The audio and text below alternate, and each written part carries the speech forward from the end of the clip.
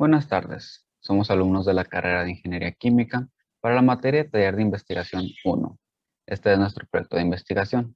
Análisis comparativo en costo-beneficio de ósmosis inversa y electrodiálisis. El equipo conformado por Ramírez Gutiérrez Jesús Enrique y su servidor Reyes Valderas Andrés Josué. Planteamiento del problema. El agua es un recurso natural primordial en el desarrollo de la vida. Lamentablemente, la mayor parte del agua que existe es salada, por lo que se ha dependido de la extracción de agua dulce. Esta agua dulce es tan solo el 2.5% de agua en el mundo, de la cual el agua superficial apenas llega al 1%. Así que la alternativa base de la investigación es la desalación de agua de mar mediante dos métodos diferentes: ósmosis inversa y electrodiálisis. Nuestro objetivo general es realizar un análisis comparativo de costo-beneficio en cuestión energética para dos procesos distintos de desalación, los cuales son ósmosis inversa y electrodiálisis. Nuestros objetivos específicos son los siguientes. Primero, entender los principios que rigen los fenómenos atribuidos para ambos procesos de desalación. Segundo, obtener información acerca del ámbito industrial y de la presencia de estas plantas desaladoras en el mundo. Y por último, hacer un seguimiento de las expresiones usadas y modelos matemáticos utilizados para obtener valores de interés. Al ser la ósmosis inversa el método más empleado de las plantas de desalación que hay en el mundo, la hipótesis de esta investigación se basa en que el desempeño energético del proceso de ósmosis inversa sea mayor al de electrodiálisis. Esto debido a que la energía que se necesita para cada sistema, para el caso de ósmosis inversa, solo se necesita para las bombas que proporcionen el flujo. Caso contrario a la electrodiálisis, pues además de la energía que ocupan las bombas para el mismo objetivo, se necesita de energía para suministrar una diferencia de potencial, por lo que se puede optar a que el método que es la mejor alternativa es la ósmosis inversa. Nuestra justificación. La razón principal para impulsar el desarrollo de la presente investigación es la búsqueda de una alternativa viable y práctica ante la disminución y contaminación de las reservas de agua dulce en el mundo, y en concreto, analizar los aspectos energéticos que envuelven los procesos que proporcionen dicha alternativa, la cual es la desalación de agua de mar. Marco teórico. Ósmosis inversa.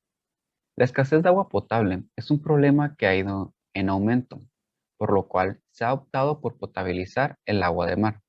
De entre los múltiples procesos que existen para lograrlo, el más popular ha sido el de membrana, siendo más específico el de ósmosis inversa, que gracias a su creciente aplicación actualmente produce alrededor del 70% de agua potable en el mundo.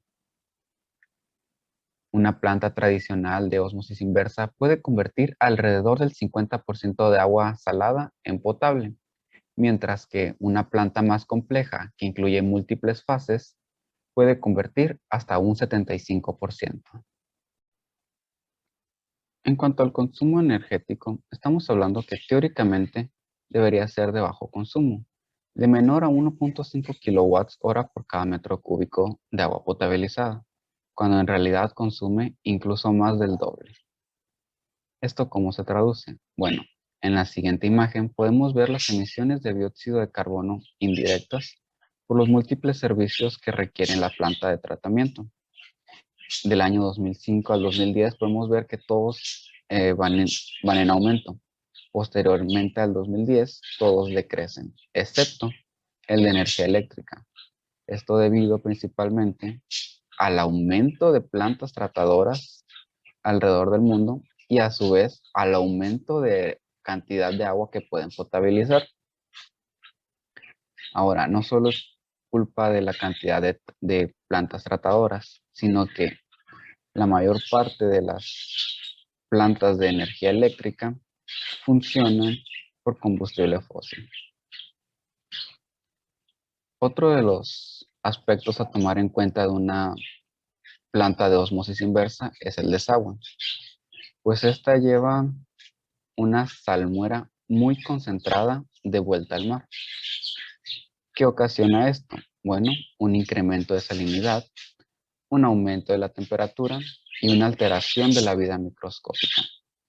Como podemos ver aquí, son tres plantas muy grandes, de las más grandes del mar Mediterráneo.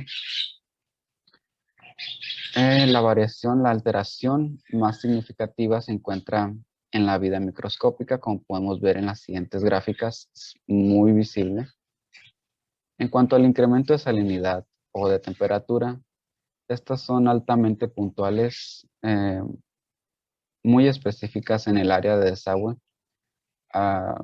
Pasando unos kilómetros de este punto, el agua vuelve a sus condiciones normales.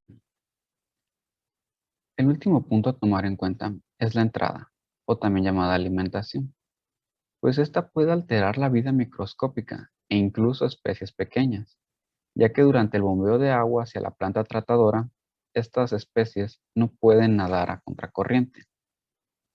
Estos seres, a su vez, también pueden generar un mal funcionamiento en las membranas de las plantas desalinizadoras, causando bioincrustaciones. Para ello, el agua se desinfecta principalmente con cloro y se ha encontrado que la desinfección por cloración genera subproductos tales como los trialometanos y los ácidos aloacéticos que se sospechan son cancerígenos. El proceso de electrodiálisis no es uno nuevo, ya que este tiene registros hasta 1890, cuando los científicos franceses Maillot y Sabatz diseñaron un método combinando los métodos de electrólisis con diálisis para desmineralizar jarabe de azúcar. Esto utilizando carbón como electrodos y papel de permanganato como membranas. El nombre de electrodiálisis no fue dado oficialmente hasta 1900, debido a que un científico de apellido Schollmeyer patentó su proceso de purificación de jarabe de azúcar bajo el nombre de electrodiálisis. Y a partir de ese entonces se han dado distintos avances en este sistema hasta que en 1954 se instaló por primera vez la primer planta de desalación de agua de mar en base a la electrodiálisis en Arabia Saudita. Y después se han intentado diseñar diferentes métodos de desalación. Unos de ellos pueden ser la compresión mecánica de vapor, la destilación flash multietapa, la evaporación de efecto múltiple, la osmosis inversa y bueno, la mencionada aquí que es la electrodiálisis.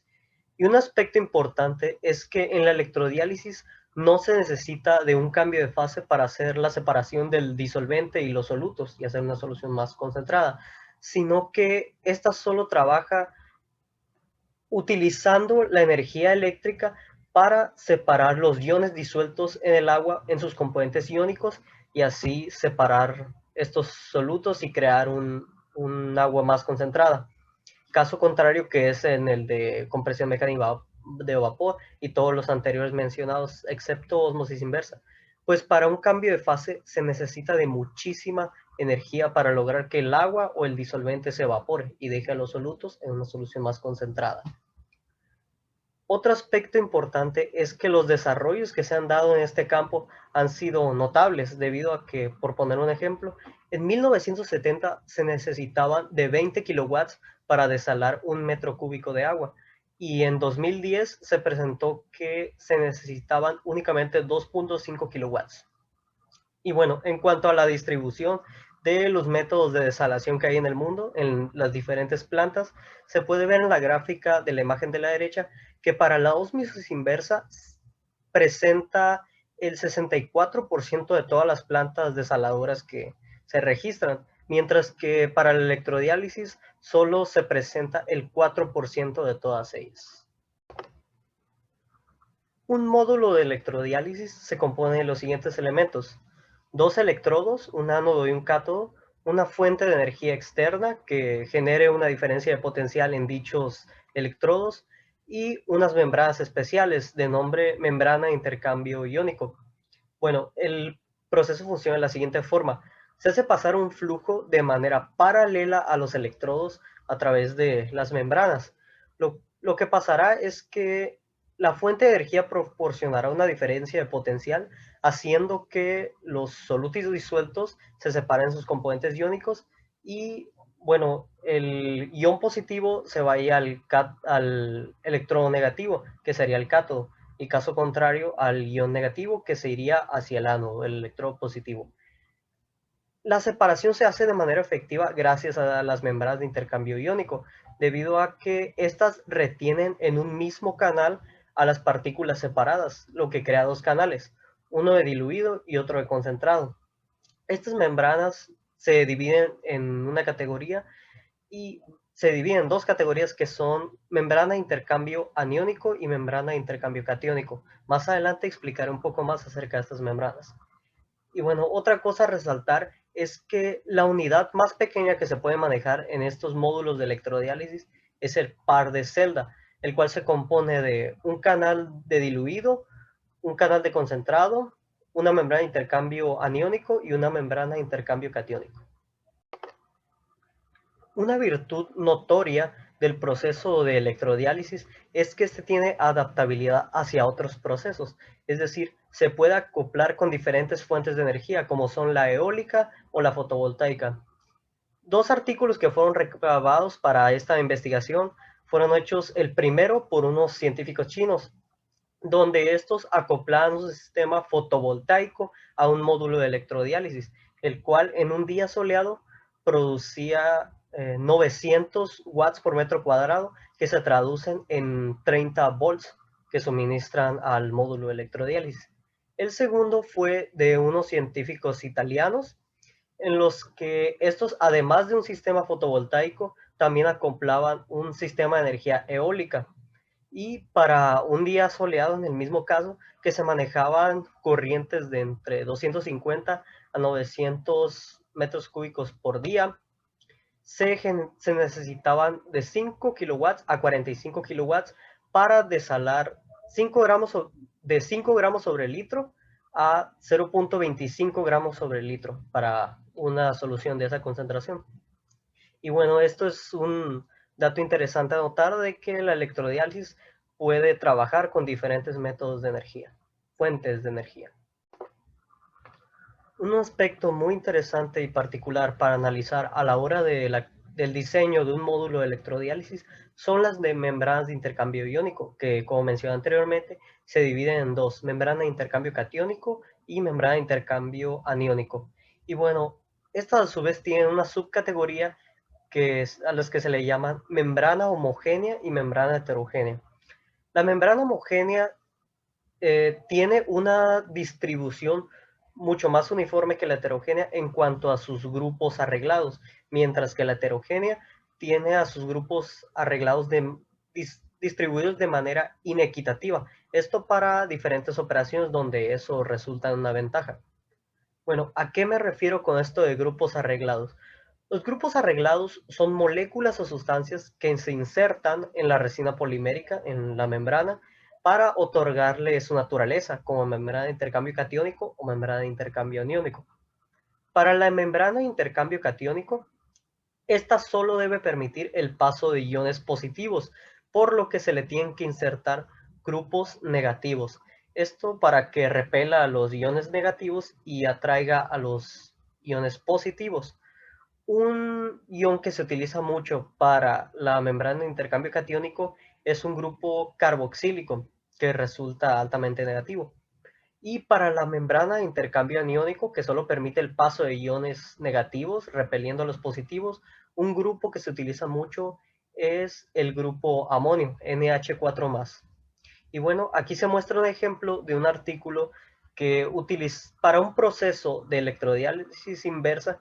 Se requería de unas membranas que fueron fabricadas a partir de madera, y bajo diferentes procesos se generaba una membrana de intercambio aniónico o una membrana de intercambio catiónico. Metodología.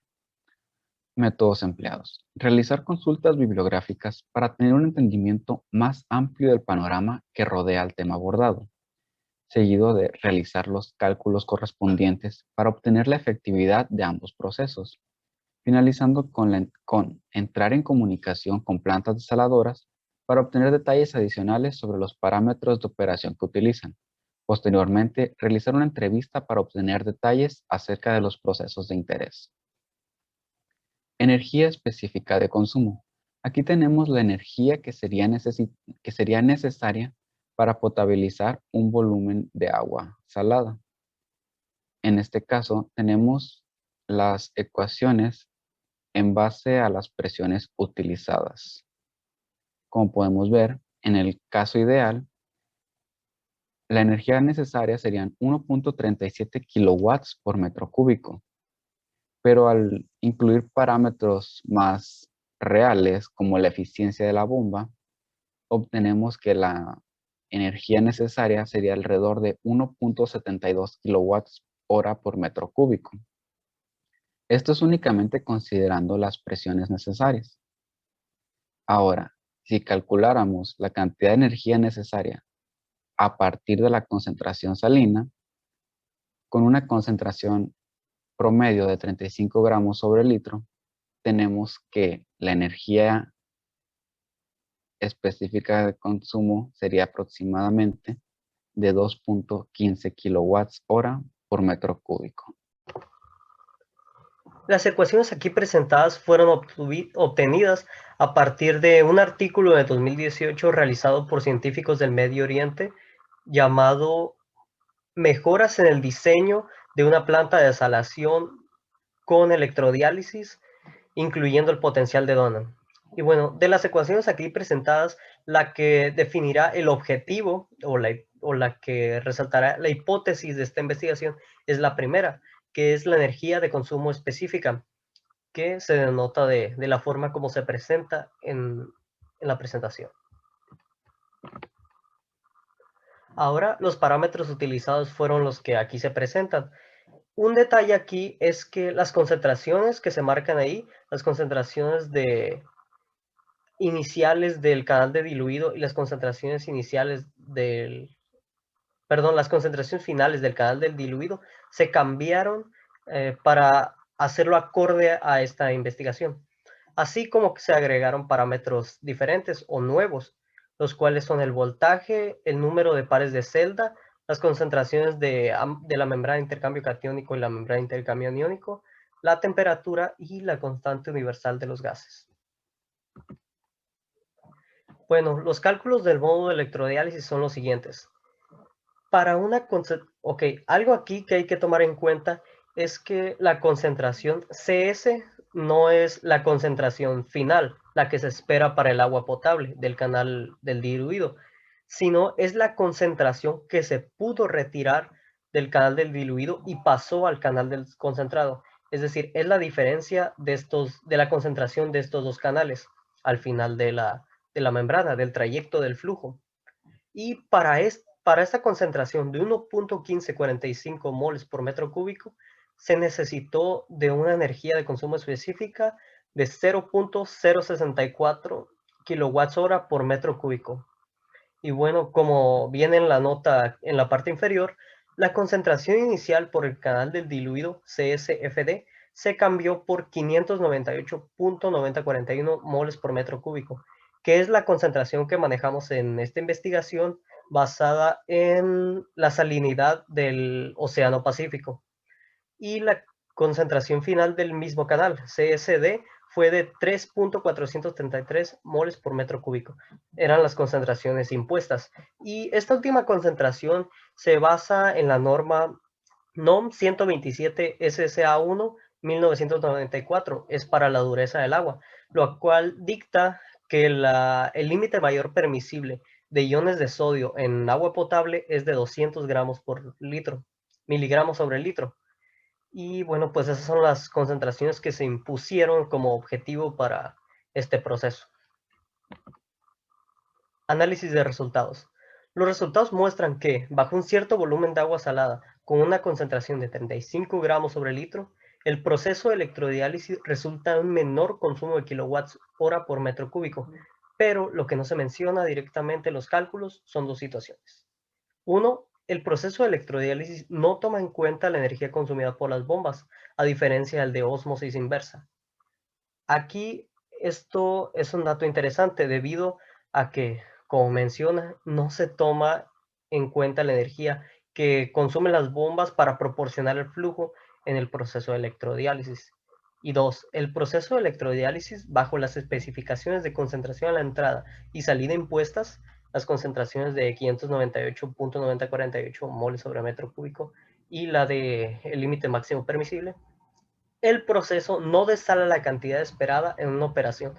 Es decir, esos 1.1545 moles sobre metro cúbico son el resultado de una operación, lo que no alcanza para cumplir la norma que se especificó anteriormente. Entonces, se deberían de hacer múltiples operaciones para poder desalar en su totalidad esa concentración de esa agua de mar y generaría un gasto mayor. Conclusión. El proceso de electrodiálisis resulta poco práctico para la desalación de agua de mar, pues se necesita de bastante voltaje para transferir los iones de un compartimento a otro a través de una membrana, que ofrece una resistencia a la corriente, así como una caída de potencial debido al principio de exclusión de Donat. Este habla sobre la naturaleza de la membrana al repeler los iones que son los mismos que están insertos en ese tipo de membrana, por lo que se debe optar por aguas con menores concentraciones de sales, como lo es el agua salobre. El agua salobre es un agua que tiene una salinidad media entre la potable y la salada, que es de aproximadamente 1000 miligramos sobre el litro, y esta agua salobre se encuentra en el manto subterráneo, son aguas subterráneas. Entonces, la hipótesis manejada en esta investigación se cumplió debido a que se demostró que la cantidad de energía que se necesita para desalar un metro cúbico bajo las mismas concentraciones tiene una mayor efectividad en cuestión de costos, la ósmosis inversa por sobre la electrodiálisis. Algunas referencias que se necesitaron para este trabajo son las que aquí se presentan.